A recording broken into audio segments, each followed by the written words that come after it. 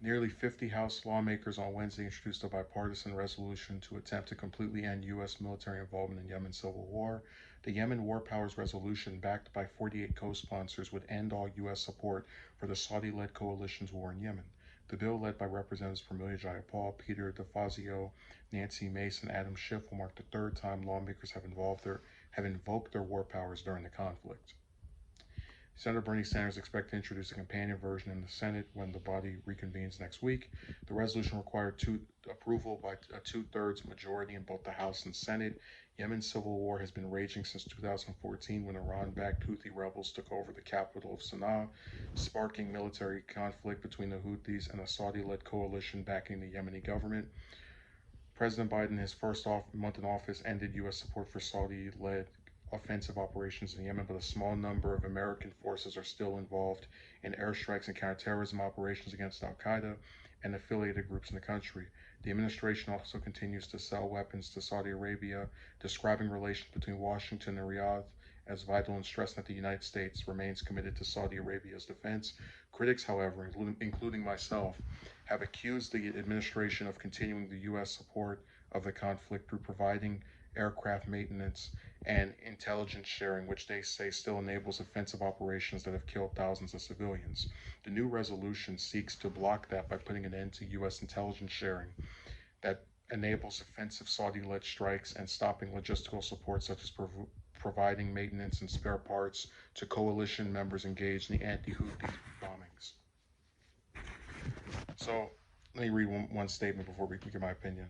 Congress, not the executive branch, has the sole authority to declare war and authorize involvement of U.S. forces in overseas conflicts, including inserting U.S. troops as advisors in aid of foreign-led hostilities, DeFazio said in the statement. It's so sad when we get to a point where people do things you like and you don't even get excited anymore, you don't even get happy. I should say, I guess I'm definitely glad they're introducing another bill to get out of there. But when I hear the fact that you need two-thirds in both the House and Senate to stop this conflict, I just don't see it. You know, I've mentioned before that a lot of people give Collins just crap, right, for being a moderate Republican and like say that that doesn't even exist. But she is one of the few, along with Rand Paul, Murkowski, Senate Republicans I could see flipping to support getting out of there. But people like Graham, Cruz, they're just never going to be able to make that jump because they're friends with defense contractors, and they don't care if you spill some blood of people that live in other regions. It just doesn't bother them. And you look at the House, right? Even there, you have Democrats I'm not convinced would support this.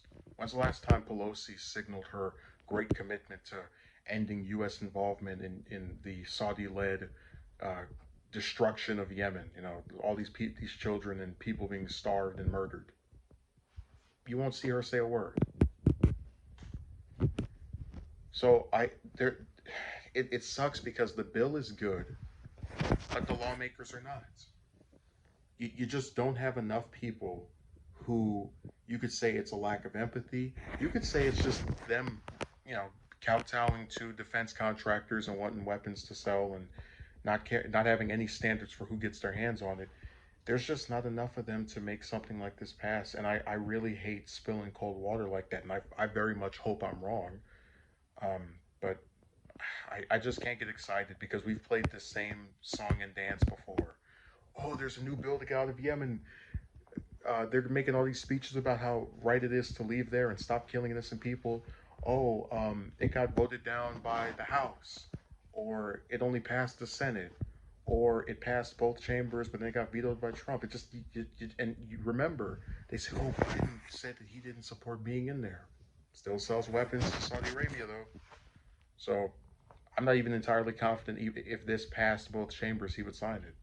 Because even when you have a Democratic Congress, and we've talked about how the parties are not as different as people like to claim they are, and they're really not different from each other in the slightest, Notice how you still can't get things passed.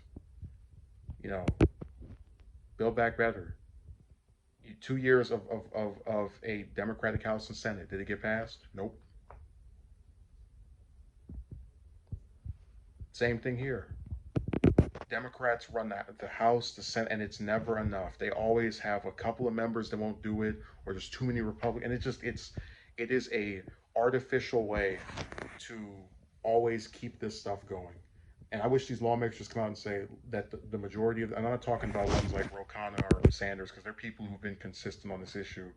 But I wish most of them would just come out and say, look, we don't care if we kill some innocent people as long as we get some money in our pocket for supporting this terrorism abroad. Because it's not happening here, so we know that most Americans don't give a damn.